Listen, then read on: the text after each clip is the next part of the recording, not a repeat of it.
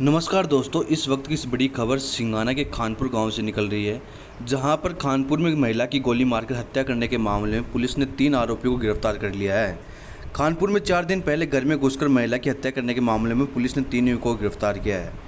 Police अधीक्षक शरद चौधरी ने बताया कि हिस्ट्री शीटर उमेश यादव ने अपने पिता की हत्या का बदला लेने के लिए काफ़ी समय से पहले ही वारदात करने की फिराक में था। उसके पिता की हत्या के आरोपी कोटपुतली जेल में बंद वेद प्रकाश तक नहीं पहुंच पाने के कारण उसने वेद प्रकाश के परिवार को निशाना बनाना शुरू किया और इसी को रंजिश लेते हुए हिस्ट्री शीटर उमेश यादव अपने साथियों के साथ 18 सितंबर की शाम को खानपुर में वेद प्रकाश के घर पहुंचा। इस दौरान उसने देखा कि वेद प्रकाश की पत्नी सजना देवी रसोई में काम कर रही थी, तो उसने गोली मार दी और हरियाणा की ओर फरार हो गए। घटना को लेकर पुलिस ने जिला भर में नाकाबंदी कराई, लेकिन पड़ोसी क्षेत्र राज्य हरियाणा से सटा होने के कारण आरोपी आसानी से फरार हो गए। करीब 100 जगह के सीसीटीवी फुटेज करते हुए आरोपी विकास उर्फ कोड़ा को रेवाड़ी में रोहतक बाईपास पुल के नीचे से, वही आरोपी आकाश उर्फ जेडी को अहमदाबाद के साबरमती रेलवे स्टेशन, साथ ही आरोपी सतीश उर्फ मूसिया को अजमेर से गिरफ्तार किया है। वही वारदात का मुख्य आरोपी उमेश यादव अभी भी पुलिस की गिरफ्त से दूर चल रहा है। झुंझुनू जिले का सिंघाना थाने पे 18/9/24 की सायंकाल गोली चलने की सूचना मिली है। ऐसा मेरे को थानाधिकारी के द्वारा अवगत कराया गया। मेरे निर्देश पर एसएचओ और सीओ तत्काल मौके के लिए रवाना किया गया। वहां पे ये पता लगा कि एक महिला सजना देवी की उमेश हिस्ट्री शीटर के द्वारा गोली मार दी गई है।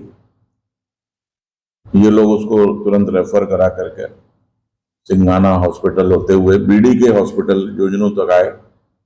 दुर्भाग्यपूर्ण था कि यहाँ हॉस्पिटल आने के कुछ समय उपरांत ही सजना देवी का देहांत हो गया।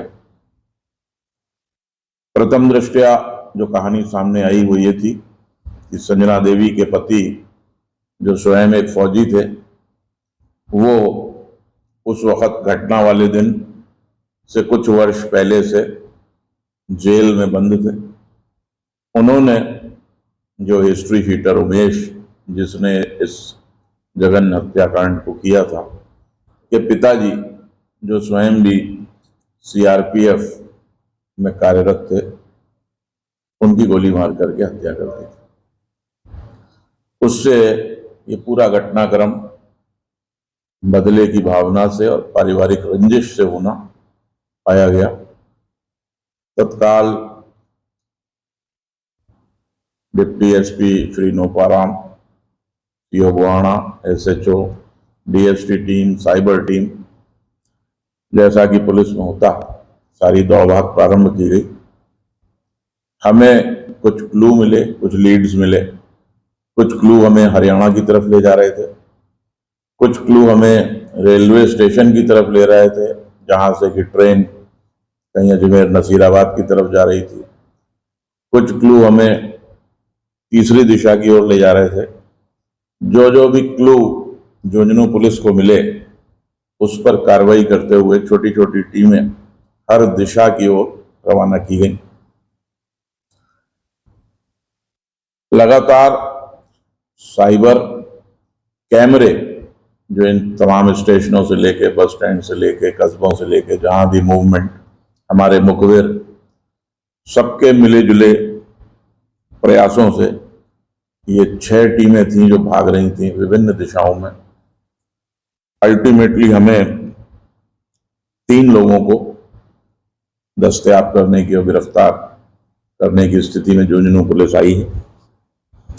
इसमें विकास उर्फ कोला पुत्र बालचंद जाति अहीर है, जो कि ढाणी पिठोला थाना सिंघाना का रहने वाला है। सतीश उर्फ मूसिया, ये भी जाति से अहीर है, 30 साल का, थाना पिठोला सिंघाना का रहने वाला है।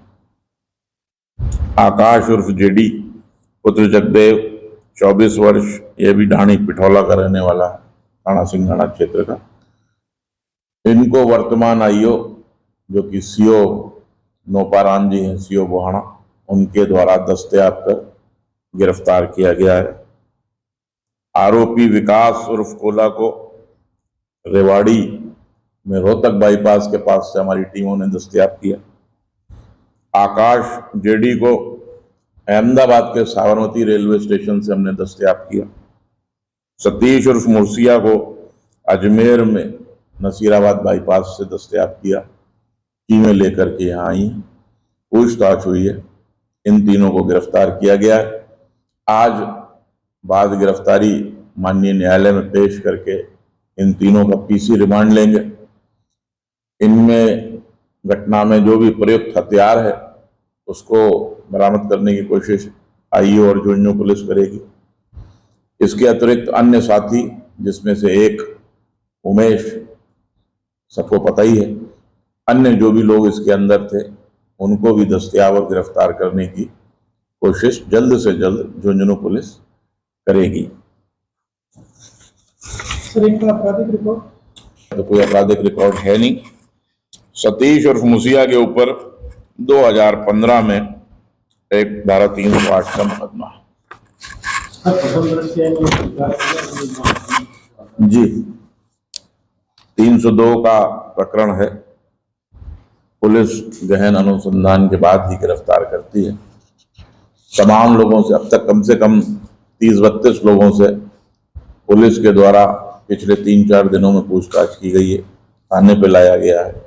उसका उद्देश्य यही है कि एक की बात दूसरे से वेरीफाई हो, दूसरे की बात तीसरे से वेरीफाई हो, सारी चीजें वेरीफाई हों। उसके पश्चात ही, क्योंकि ये तो मौके पे ही कहानी आ गई थी कि उमेश हिस्ट्री शीटर के और परिवार के जो आपस की रंजिश है वो इस घटना का कारण था। लेकिन घटना में कितने लोग थे, कौन सी गाड़ी थी, क्या हथियार थे, ये इन्वेस्टिगेशन का पार्ट है। और पुलिस की महती जिम्मेदारी होती है कि 302 से बड़ी कोई धारा अपने कानून में नहीं है। कोई भी गलत गिरफ्तारी नहीं होनी चाहिए।